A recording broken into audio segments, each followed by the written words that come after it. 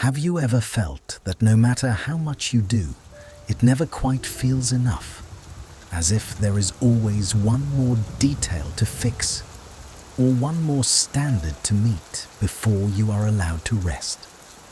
And have you ever wondered whether your need to do things perfectly is really about excellence, or if it is quietly about fear, safety, and the hope of being enough? Tonight, we are exploring the psychology of perfectionism, not to judge it or erase it, but to understand where it comes from, how it shapes the mind, and what it slowly takes away when it is left unquestioned. Perfectionism rarely announces itself loudly, and most of the time it does not feel like a problem at all, because it often enters a person's life disguised as discipline, responsibility, or a quiet desire to do things properly. And in the beginning, it even feels comforting. Like a structure you can lean on when the world feels uncertain, or when your sense of worth feels fragile and unfinished. Many people who grow into perfectionism do not remember a clear moment when it started, because it did not arrive as a sudden change, but more like a slow adjustment of posture, a subtle tightening of the mind, a gentle habit of holding one's breath just a little longer than necessary, until that tension became normal and the absence of it began to feel unsafe. As a child, it might have looked like wanting to please adults, wanting to avoid mistakes, wanting to be seen as capable and mature, especially in moments when praise felt rare or conditional, or when silence felt heavier than criticism, because silence leaves room for the imagination to fill in the worst possibilities. In many cases, perfectionism grows in environments where love is not clearly withdrawn, but where approval feels linked to performance, behavior, or achievement. So the child slowly learns that being good is safer than being honest, that doing things right is more reliable than expressing confusion, fear, or sadness. And that control is something you can hold on to when emotions feel unpredictable. Over time, this way of thinking settles into the body, not as a thought you actively choose, but as a background pressure that follows you quietly, shaping how you prepare, how you work, how you rest, and even how you enjoy things. Because enjoyment itself can begin to feel undeserved unless everything else is finished, flawless, and fully under control. For perfectionistic people, effort rarely ends at completion, because the mind immediately looks for what could have been done better, what detail might have been overlooked, what standard might still not have been reached. And this constant scanning creates a sense that nothing is ever truly finished, only temporarily abandoned. What makes this pattern especially exhausting is that perfectionism does not feel like self-criticism at first, but like responsibility, like maturity, like having high standards. And these labels make it harder to question, because society often rewards the outward results without seeing the inner cost that accumulates quietly in the background. Inside the mind of a perfectionist, there is often a strong belief that mistakes are not just events, but reflections of character. So a small error can feel disproportionately heavy, carrying meanings like carelessness, weakness, or failure, even when logic suggests otherwise, and even when others barely notice. This belief creates a constant state of alertness, where the mind stays one step ahead, rehearsing, correcting, predicting, and refining. Not because it enjoys the process, but because stopping feels risky, as if something bad might happen if vigilance is relaxed even briefly. Over time, this state of alertness can begin to shape identity itself. So instead of seeing perfectionism as something you do, you start seeing it as who you are. the reliable one, the careful one, the one who gets things right. And letting go of that identity can feel like stepping into emptiness because you are no longer sure what remains without it. Rest, for a perfectionistic person, often becomes complicated because rest is not experienced as neutral or nourishing, but as something that must be justified, earned, or optimized, which turns even relaxation into another task that needs to be done correctly. Moments that should feel light can become heavy with evaluation, as the mind checks whether the time is being used well, whether the choice is the best one, whether there is something more productive that could be done instead. And this quiet monitoring slowly drains the natural pleasure out of simple experiences. Perfectionism also has a way of narrowing attention, because when so much energy is spent on avoiding mistakes, there is little room left for curiosity, play, or experimentation, and life begins to feel less like a space to explore and more like a series of tests that must be passed. This narrowing does not happen overnight, but through many small decisions, like choosing the safer option over the interesting one, delaying action until conditions feel ideal, or avoiding starting something at all because the imagined version in the mind feels impossible to match in reality. Ironically, perfectionism often leads not to excellence, but to paralysis, because the fear of not doing something well enough can become stronger than the desire to do it at all. And this creates an internal conflict where motivation and fear pull in opposite directions. From the outside, this can look like procrastination or indecision, but inside, it feels more like being trapped between wanting to move forward and being terrified of stepping slightly out of line, as if one wrong move could undo everything you have built about yourself. Emotionally, perfectionism tends to flatten experience because feelings that are messy, uncertain, or intense are harder to control, and control is the central promise perfectionism makes. So emotions are often suppressed, postponed, or intellectualized until they feel manageable. This suppression does not remove emotion, but pushes it deeper, where it may show up later as tension, irritability, exhaustion, or a constant low-level sense of unease that has no obvious cause, because the original feelings were never given space to move through naturally. Relationships can also be shaped by this pattern, because perfectionistic people often hold themselves to standards they would never consciously impose on others. Yet they may assume those same standards are expected of them, which creates distance, guardedness, and a reluctance to be fully seen. Letting someone see unfinished work, uncertain thoughts, or vulnerable emotions can feel deeply uncomfortable, not because trust is absent, but because imperfection feels unsafe, as if exposure could lead to rejection, disappointment, or loss of respect.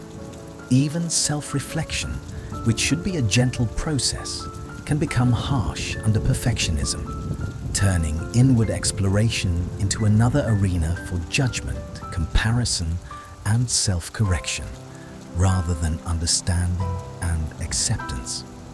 What makes perfectionism especially persistent is that it often works, at least on the surface, producing results that look impressive, reliable, and admirable, which reinforces the belief that the pressure is necessary, even when the internal cost keeps rising. Yet, beneath the achievements, there is often a quiet fatigue, a sense that life is being managed rather than lived, and a longing for ease that feels both deeply desired and strangely threatening. Because ease implies letting go, and letting go feels like losing control. This is the subtle tension at the heart of perfectionism, the tension between safety and freedom, between control and authenticity, between being admired and being at peace. And it is not something that resolves through force or sudden change, but through slow awareness. In understanding perfectionism, it is important to see it not as a flaw, but as a strategy that once made sense, a way of adapting to an environment where safety, approval, or stability felt uncertain, and where being careful felt like the best available option. This perspective does not excuse the harm perfectionism can cause, but it softens the inner dialogue, allowing curiosity to replace blame and opening a small space where change can begin without pressure, urgency, or the demand to do it perfectly. Because even the desire to heal perfectionism can become perfectionistic if it is rushed, evaluated, or turned into another standard to meet. And noticing this tendency is already part of the deeper understanding that slowly loosens its grip. As perfectionism settles more deeply into a person's life, it begins to shape not only how they act, but how they interpret their own inner world, especially the voice that speaks to them when no one else is around. Because over time, that voice often becomes less curious and more corrective, less supportive and more supervisory.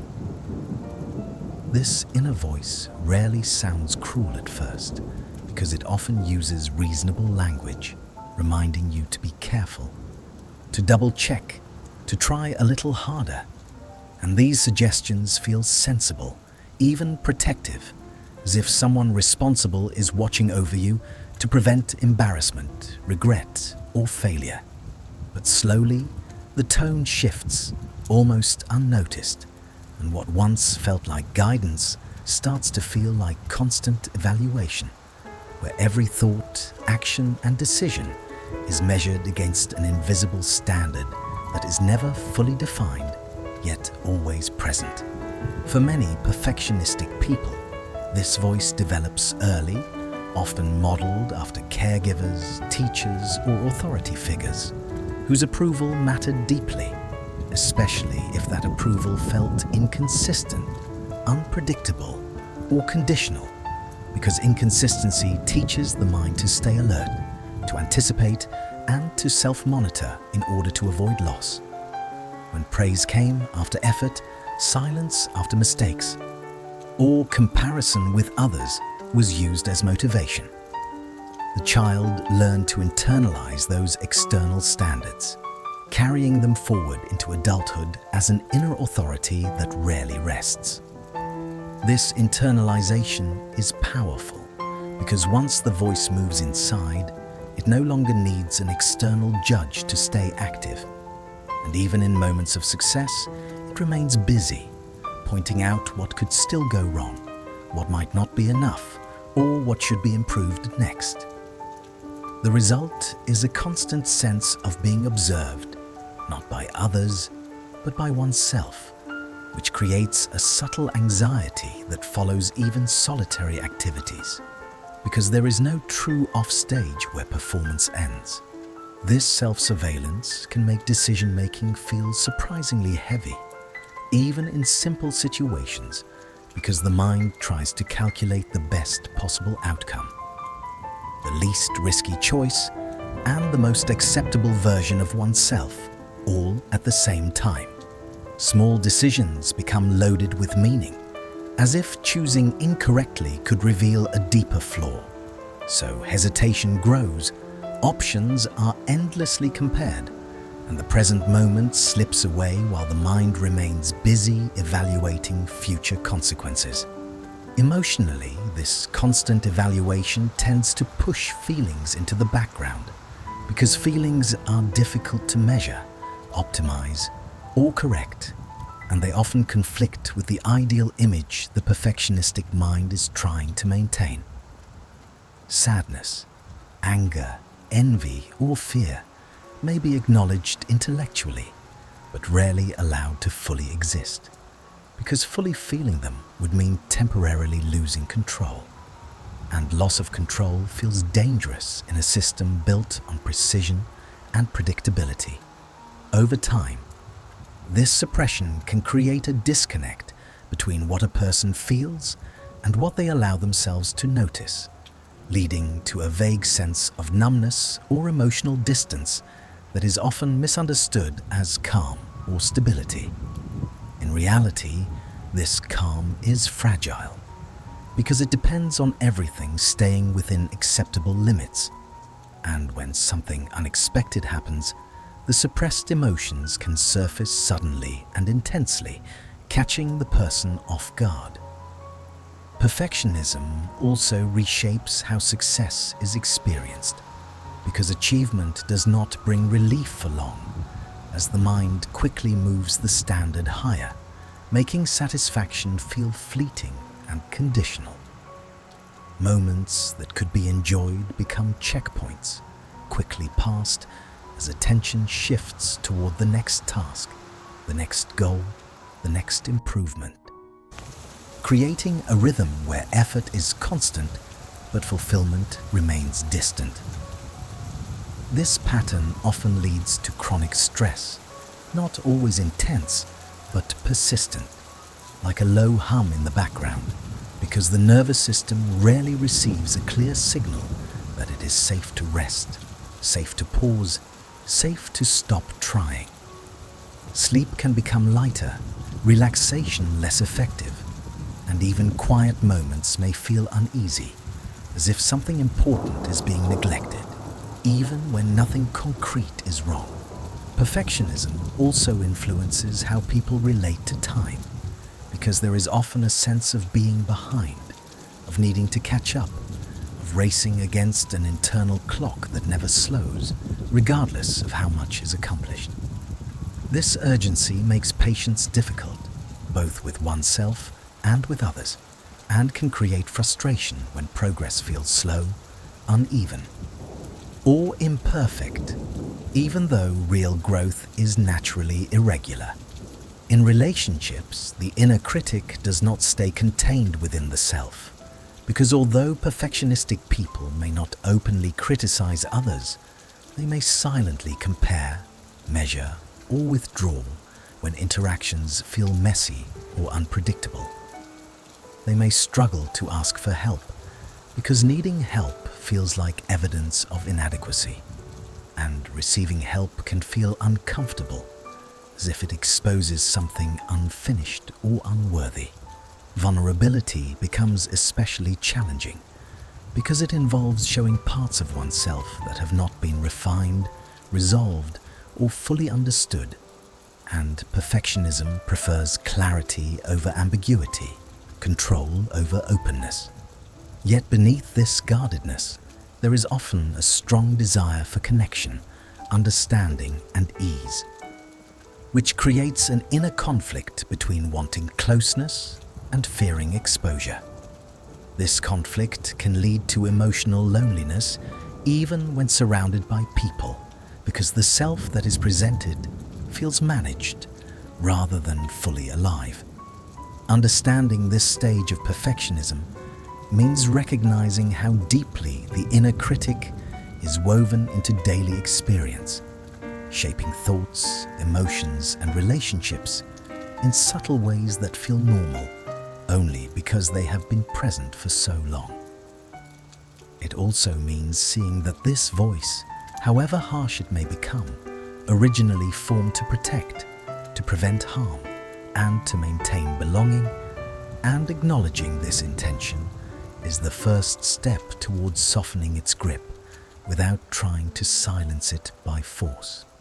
Because, like perfectionism itself, the inner critic does not respond well to pressure, and attempting to eliminate it completely often strengthens it, while gentle awareness slowly reduces its authority. As perfectionism continues to guide a person's inner life, it begins to affect not only how they think and feel, but how they relate to their own sense of worth. Because over time, value becomes less about existing as a human being and more about maintaining a certain standard that feels necessary to deserve space, rest, or acceptance. For many perfectionistic people, self-worth does not feel stable or inherent, but conditional, rising slightly after success and falling sharply after mistakes, which creates an emotional rhythm that depends heavily on outcomes rather than inner steadiness. This conditional worth makes life feel precarious, because no matter how much is achieved, the sense of security never fully settles. And there is always the quiet fear that one misstep could undo the image that has been carefully maintained. Because of this, perfectionistic people often become deeply identified with their roles, their productivity, or their competence, seeing these qualities not as things they do, but as proof that they are acceptable, respectable, or worthy of being taken seriously. When these roles are threatened, whether through failure, rest, illness, or change, the emotional reaction can feel disproportionate, not because the situation is objectively devastating, but because it touches the foundation on which self-worth has been built. This is why even small setbacks can feel so personal, because they are not experienced as isolated events, but as signals that something fundamental about the self is flawed, insufficient, or at risk of being exposed. Over time, this sensitivity creates a constant need to manage impressions, both externally and internally, leading to a carefully controlled presentation of the self that prioritizes reliability and competence over spontaneity and honesty. Spontaneous behavior can feel risky because it bypasses the careful planning that helps ensure a favorable outcome. And without that planning, the fear of making a mistake or appearing inadequate becomes stronger. As a result, many perfectionistic people live slightly ahead of the present moment, always preparing, anticipating, and adjusting, which makes it difficult to feel fully grounded in what is happening right now. This forward-leaning posture keeps the nervous system activated, because the body is rarely given the message that it is safe to simply be, without improving, fixing, or preparing for something else. Over time, this constant activation can lead to emotional exhaustion that is hard to name, because it does not always come with dramatic stress or visible crisis, but rather with a quiet sense of depletion that makes even small tasks feel heavy. Perfectionism also changes how people experience failure, because failure is rarely seen as feedback or part of learning, but as evidence of personal inadequacy that must be avoided at all costs. This avoidance shapes behavior in subtle ways, such as choosing familiar paths over uncertain ones, delaying decisions until conditions feel ideal, or abandoning projects prematurely when the imagined outcome feels unreachable.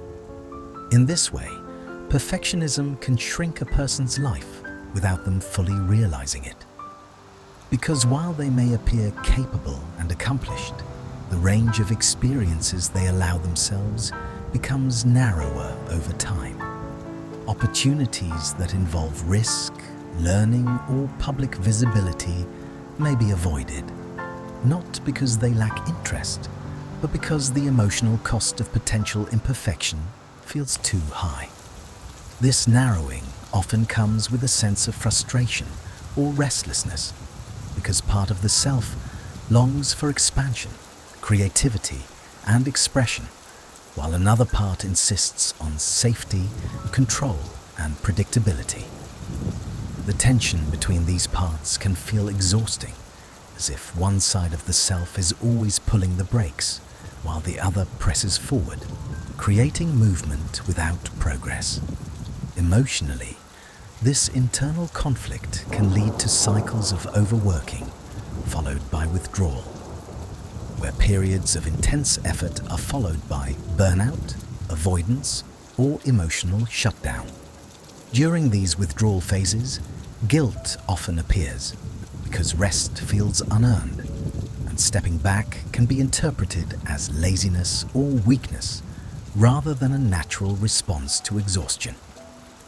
This guilt reinforces the cycle, pushing the person back into over-effort as a way to restore a sense of worth, even though the underlying fatigue has not been addressed. Over time, the body may begin to signal its limits through tension, headaches, digestive issues, or chronic fatigue, because what is not acknowledged emotionally often finds expression physically. Yet, perfectionistic people may dismiss these signals, seeing them as inconveniences to be managed rather than messages to be listened to, further deepening the disconnect between mind and body.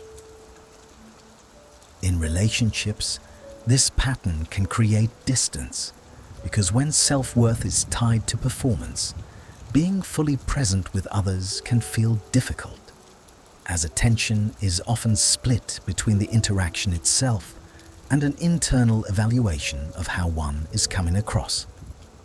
This internal monitoring makes it harder to relax into connection, to say the wrong thing, to be unsure, or to allow moments of silence, all of which are natural parts of human interaction.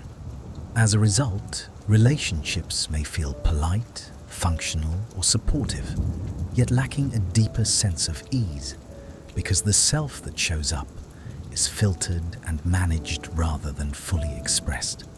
Despite all of this, it is important to recognize that perfectionism persists, not because people enjoy suffering, but because it once provided structure, safety, or a sense of control in environments where those things felt uncertain. Understanding this helps shift the perspective from self-blame to self-awareness, allowing a person to see perfectionism not as a personal failing, but as a strategy that has simply outlived its usefulness. This shift does not remove perfectionism immediately, but it creates a small space between the person and the pattern, a space where choice, compassion, and gradual change can begin to emerge without pressure to transform overnight. And in that space, even briefly, the possibility of a different relationship with oneself becomes imaginable. Not perfect, not fixed, but a little more gentle and a little more real. As perfectionism continues to operate beneath awareness, it begins to influence not just behavior and self-worth, but the way a person relates to uncertainty. Because uncertainty represents everything perfectionism tries to manage, predict, and control, yet can never fully eliminate. For perfectionistic people, uncertainty is rarely experienced as neutral or open-ended, but as a threat, because it creates space where mistakes could happen, where outcomes cannot be guaranteed, and where identity might feel exposed without the protection of preparation and precision. This is why perfectionism often comes with a deep discomfort around not knowing, not being ready, or not having a clear plan, even when the situation does not objectively require one. The mind responds to this discomfort by tightening its grip, trying to anticipate every possible scenario, rehearsing conversations, outcomes, and responses long before they happen, in the hope that preparation will prevent regret or embarrassment. At first, this anticipation can feel productive, even intelligent, but over time it becomes exhausting, because the number of possible outcomes is infinite, and the mind never reaches a point where it feels fully prepared. This constant mental rehearsal pulls attention away from the present moment, because the present is seen as incomplete, merely a stepping stone toward a future that must be carefully managed. Living in this way creates a subtle sense of distance from life itself, as if experiences are always being evaluated rather than fully lived, observed, rather than felt. Perfectionism also shapes how people respond to change, because change introduces variables that cannot be fully controlled, and this can trigger anxiety, resistance, or a strong desire to hold on to familiar routines and structures. Even positive changes can feel unsettling because they require adaptation, learning, and the possibility of getting things wrong, which challenges the perfectionistic need for competence and certainty. As a result, many perfectionistic people may delay transitions, cling to roles that no longer fit, or resist opportunities that involve growth, simply because the unknown feels more threatening than the discomfort of staying where they are.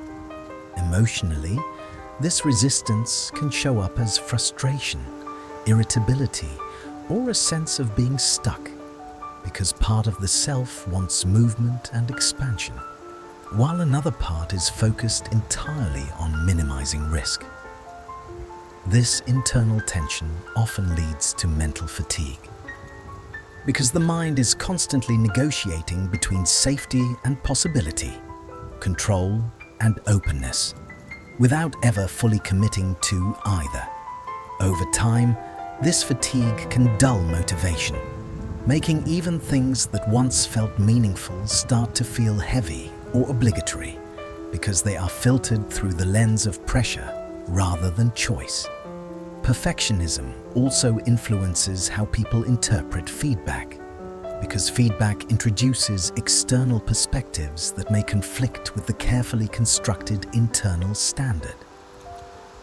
Positive feedback may be dismissed as incomplete or undeserved, while negative feedback can feel disproportionately painful, not because it is harsh, but because it seems to confirm the fear of not being enough.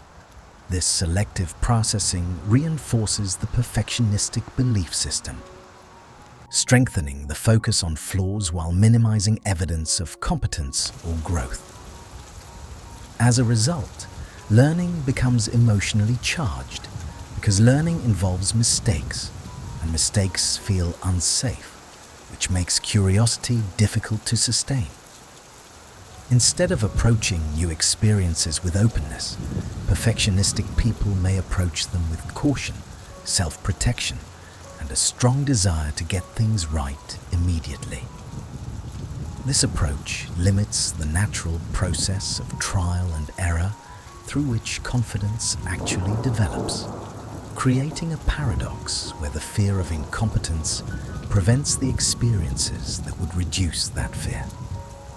In daily life, this pattern can show up as over-preparation, over-explaining, or over-controlling, not because the person wants power, but because control feels like the only way to reduce internal anxiety.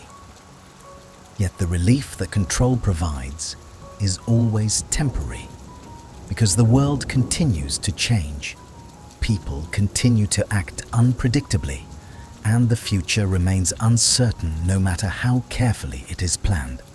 This creates a cycle where effort increases, but relief does not, leading to a quiet sense of futility that can be difficult to articulate, especially when outward performance still appears strong. Socially, perfectionistic people may appear composed and capable, yet feel internally tense, because interactions involve variables they cannot fully manage, such as how others perceive them or respond emotionally. This can lead to social monitoring, where attention is split between the interaction itself and an internal assessment of how one is being perceived, which makes genuine presence difficult. Over time, this monitoring can drain social energy, making connection feel effortful rather than nourishing, even when relationships are meaningful. Understanding this aspect of perfectionism means seeing how deeply it is tied to a fear of uncertainty, not as a lack of courage, but as a learned response to environments where unpredictability once felt unsafe. Recognizing this allows the experience of uncertainty to be reframed, not as a danger to be eliminated, but as a natural part of being alive, one that does not require constant correction or control. This reframing does not remove discomfort immediately, but it creates a small opening where uncertainty can be tolerated rather than avoided, and where life can begin to feel a little less like a problem to solve and a little more like something that can be experienced as it unfolds.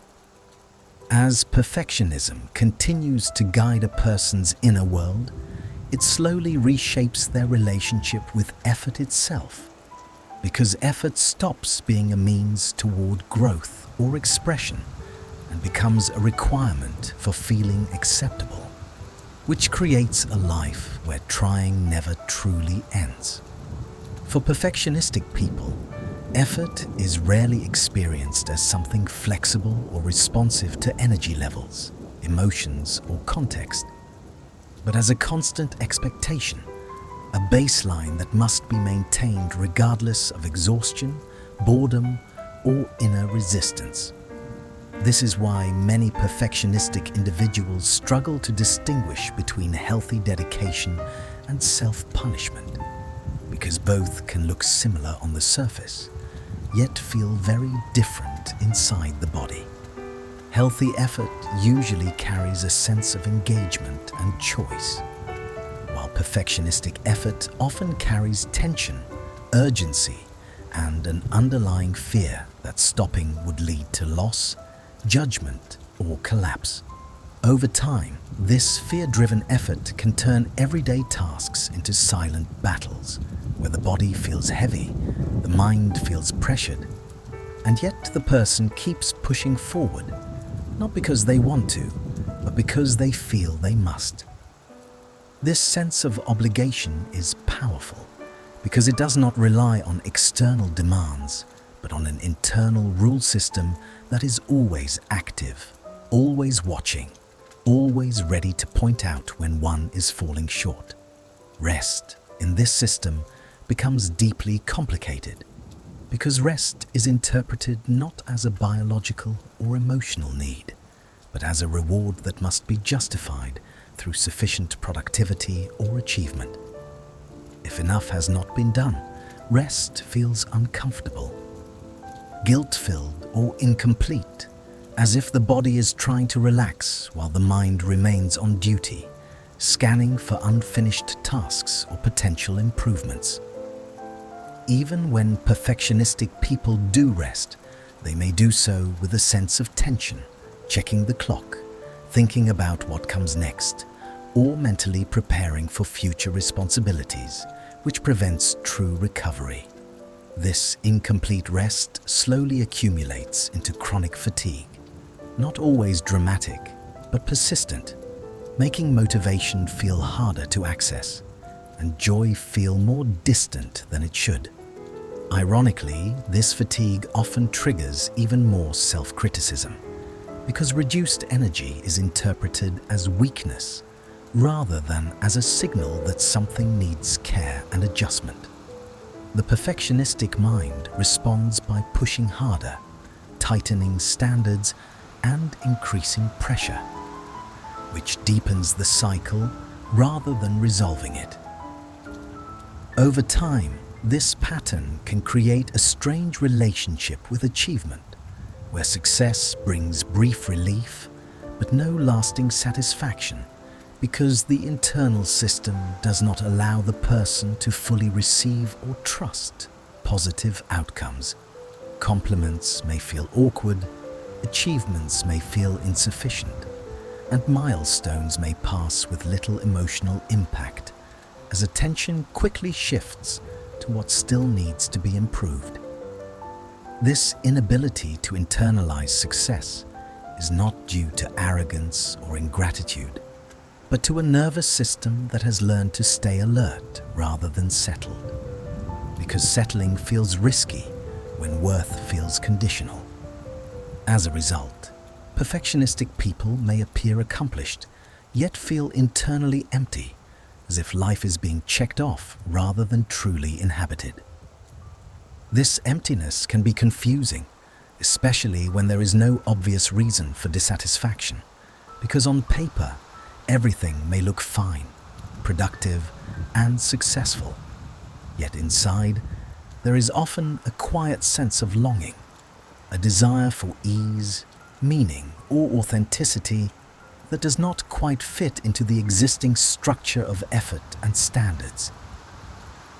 This longing may surface during moments of stillness, boredom, or emotional vulnerability, only to be quickly suppressed by busyness or distraction, because facing it feels uncomfortable and unproductive. Over time, this suppression can lead to emotional disconnection, where feelings are experienced more as problems to be managed than as information to be listened to. The body, however, continues to communicate through tension, tightness, restlessness, or a sense of heaviness, signaling that the current way of living is unsustainable. Yet, perfectionistic people may struggle to interpret these signals accurately because they have learned to override bodily cues in favor of mental rules and expectations. This disconnect between mind and body makes it difficult to know when to stop, when to slow down, or when to change direction, because the internal compass has been replaced by external standards and internal pressure. In relationships, this pattern can show up as overfunctioning, where the perfectionistic person takes on more responsibility than necessary, tries to anticipate others' needs, or avoids conflict by being overly accommodating. While this can make them seem dependable and considerate, it often comes at the cost of their own needs, which remain unspoken and unmet. Resentment may slowly build, not because others are demanding too much, but because the perfectionistic person does not feel permitted to ask for less or to say no without justification. This unexpressed resentment can lead to emotional withdrawal, irritability, or sudden burnout, which may surprise both the person and those around them. At the core of this struggle is often a belief that worth must be earned continuously, and that stopping, resting, or receiving without giving first is somehow undeserved. This belief is rarely conscious, but it shapes behavior quietly, influencing choices in ways that feel natural only because they have been repeated for so long. Understanding this stage of perfectionism involves recognizing how deeply effort has become tied to identity, and how difficult it can feel to imagine oneself without constant striving. Letting go of this identity does not mean becoming careless or unmotivated, but it does require questioning the assumption that pressure is the only path to value or safety. This questioning can feel unsettling because it challenges a system that once provided structure and direction, even if it now causes harm. Yet within this discomfort lies the possibility of a different relationship with effort, one that allows movement and rest to coexist, and where worth is not something that rises and falls with performance. This possibility does not arrive as a dramatic transformation, but as small moments of noticing, such as recognizing when pressure is driving action, or when rest is being resisted out of guilt rather than necessity. These moments of awareness do not solve everything immediately, but they begin to loosen the automatic grip of perfectionism, creating space for a more compassionate and sustainable way of living to slowly take shape. As perfectionism continues to operate quietly in the background, it begins to shape how a person understands themselves during moments of struggle. Because struggle, in a perfectionistic framework, is rarely seen as a natural part of being human, and is more often interpreted as evidence that something is going wrong internally. For many perfectionistic people, Difficulty immediately triggers self-questioning, not gentle curiosity, but sharp evaluation, as the mind asks why this feels hard, why progress is slow, and why others seem to manage similar situations with less effort and less visible strain. This comparison is rarely fair, because it is filtered through an idealized image of others and a harshly edited image of the self. Yet it feels convincing, reinforcing the belief that struggling means failing rather than learning. Because of this, perfectionistic people often hide their struggles, even from themselves, minimizing pain, pushing through exhaustion, and avoiding acknowledgement of emotional difficulty, because admitting struggle feels dangerously close to admitting inadequacy. This avoidance creates a quiet isolation where challenges are faced alone, not because support is unavailable, but because asking for support feels like exposing something unfinished, something that should have been resolved privately and efficiently. Over time, this isolation can deepen emotional fatigue, because carrying everything internally requires constant effort. And effort without relief slowly wears down the nervous system. Perfectionism also affects how people interpret emotional pain, because emotions like sadness, anxiety, or grief are seen not as signals or responses, but as problems that must be fixed quickly, controlled tightly, or explained away logically. Instead of allowing emotion to move through naturally, the perfectionistic mind tries to manage it, analyze it, or suppress it, hoping to restore stability as fast as possible. This approach often backfires because emotions that are not allowed space tend to persist, intensify, or resurface in indirect ways, such as irritability, numbness, or chronic tension. The person may then become frustrated with themselves for not feeling better, adding another layer of self-criticism to an already heavy emotional load. In this way, perfectionism turns emotional experience into a performance, where the goal is not understanding or compassion, but appearing functional, composed, and unaffected. Even during deeply human experiences, like loss, disappointment, or uncertainty, the perfectionistic person may feel pressure to recover quickly, to stay productive, or to demonstrate resilience in ways that look acceptable to others. This pressure prevents genuine processing, because real emotional integration requires time, messiness, and moments of not knowing what to do next. When these moments are not allowed, emotions remain unresolved, lingering beneath the surface and quietly influencing behavior, energy, and mood. Perfectionism also shapes how people relate to their own limits, because limits are seen as obstacles rather than boundaries. And boundaries feel unacceptable in a system built on constant improvement. Fatigue is treated as something to overcome, confusion as something to hide, and emotional sensitivity as something to toughen rather than understand. Over time, this resistance to limits creates a sense of being at war with the self, where the body and emotions are viewed as inconveniences that interfere with productivity and control. This internal conflict drains vitality because energy is spent not only on external tasks, but on constantly overriding internal signals that ask for rest, care, or adjustment. Eventually, this can lead to burnout, not always dramatic, but quiet and persistent, marked by reduced motivation, emotional flatness, and a sense that effort no longer produces meaning. Burnout can feel especially frightening for perfectionistic people because it threatens the very system they rely on to feel worthy and safe. When effort stops working, the question of who one is without constant striving becomes unavoidable, and this question can feel deeply unsettling.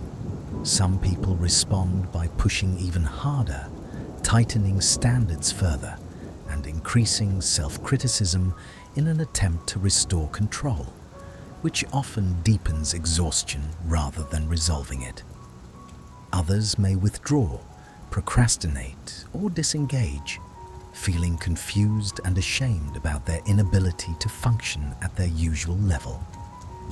Neither response addresses the underlying issue, because the issue is not a lack of discipline or motivation, but a relationship with oneself that has been built on pressure rather than care. At this stage, perfectionism can begin to crack, not because it has been defeated, but because it can no longer fully sustain the person. These cracks often appear as moments of emotional honesty, where the cost of perfectionism becomes harder to ignore, and the longing for a different way of living becomes more pronounced. This longing is not for laziness or avoidance, but for relief, authenticity, and a sense of being allowed to exist without constant self-correction. Yet even this longing can feel dangerous because it challenges long-held beliefs about safety, success, and identity. Letting go of pressure can feel like stepping into uncertainty, and uncertainty has always been the very thing perfectionism was meant to protect against. Because of this, change rarely happens all at once, and instead unfolds slowly, through small moments of awareness, hesitation, and gentle questioning. Moments where a person notices the inner critic without immediately obeying it, where rest is taken without full justification, or where struggle is acknowledged without immediate self-blame. These moments may feel insignificant, but they represent a shift in orientation from self-management to self-relationship.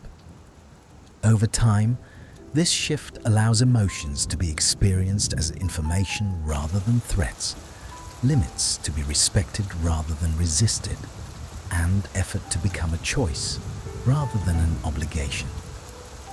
This does not remove ambition, care, or responsibility, but it changes their source, moving them from fear to intention. Understanding this phase of perfectionism means recognizing that the desire for control was never about excellence alone, but about safety, belonging, and the hope of being enough. When that hope begins to be met through compassion rather than pressure, perfectionism slowly loses its central role, not because it is forced away, but because it is no longer needed in the same way. And in that gradual loosening, there is space for a quieter strength to emerge, one that does not depend on constant effort, and one that allows the person to meet life with more presence, flexibility, and honesty, even when things remain imperfect and unfinished. As perfectionism begins to loosen, not because it has been defeated, but because it can no longer hold everything together, a strange and unfamiliar space often opens up, one that feels quieter on the surface, yet deeply unsettling underneath, because it is the space where constant self-correction no longer fully defines who you are. For a long time, perfectionism provided structure, direction, and a sense of safety, even when it caused exhaustion and pressure. So when its grip softens, the absence of that familiar tension can feel less like freedom and more like emptiness. Many people in this stage notice how unfamiliar they feel to themselves, because so much of their identity was built around standards, effort, and control, rather than around preference, curiosity, or genuine desire. Simple questions such as what they want to do, how they want to spend their time, or what feels meaningful can suddenly feel difficult to answer. Not because the answers are complex, but because the habit of listening inward was overshadowed for so long by the habit of meeting expectations. This unfamiliarity can be uncomfortable because it removes the clear rules that once guided decisions, leaving behind uncertainty where certainty used to live. In response, the perfectionistic mind often tries to regain control by turning healing itself into another task, another system to manage, another way to measure progress and avoid discomfort. Self-awareness becomes something to perform correctly, rest becomes something to do properly, and emotional growth becomes something to track, subtly recreating the same pressure in a different form. Yet this stage is not a failure, but a transition, because the discomfort signals that old patterns are no longer fully in charge, even if new ones have not yet settled. The unease that appears during moments of stillness, rest, or choice is often not a sign that something is wrong, but a sign that the nervous system is learning how to exist without constant vigilance. This learning process can feel slow and confusing because there is no clear benchmark for what is enough, no external approval to rely on, and no perfect way to move forward. Instead, progress begins to look quieter, marked by small moments of tolerance, such as allowing a task to be unfinished, letting a mistake exist without immediate correction, or resting without fully justifying it. These moments may feel insignificant, but they represent a profound shift from living in reaction to fear toward living in relationship with oneself. Over time, this relationship begins to feel more trustworthy because it is no longer based on performance, but on presence, honesty, and responsiveness. Mistakes start to feel less like threats to identity and more like experiences that pass through without defining the whole self. Effort becomes something that can be chosen rather than demanded, and rest becomes something that can be taken without guilt rather than earned through exhaustion.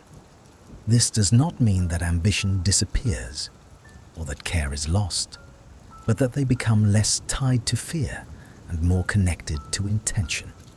Life, in this stage, may feel less sharp and dramatic, but more spacious, allowing room for uncertainty, creativity, and genuine engagement. The perfectionistic voice may still appear at times, offering correction or warning, but it no longer carries the same authority, because there is a growing awareness that worth does not rise and fall with every outcome. In this awareness, something steadier begins to form, not a perfect sense of self, but a more humane one, capable of holding effort and rest, success and failure, clarity and confusion, without needing to resolve them all at once. And in that steadiness, life slowly becomes less about being flawless and more about being present, even when things remain unfinished, uncertain, and quietly imperfect.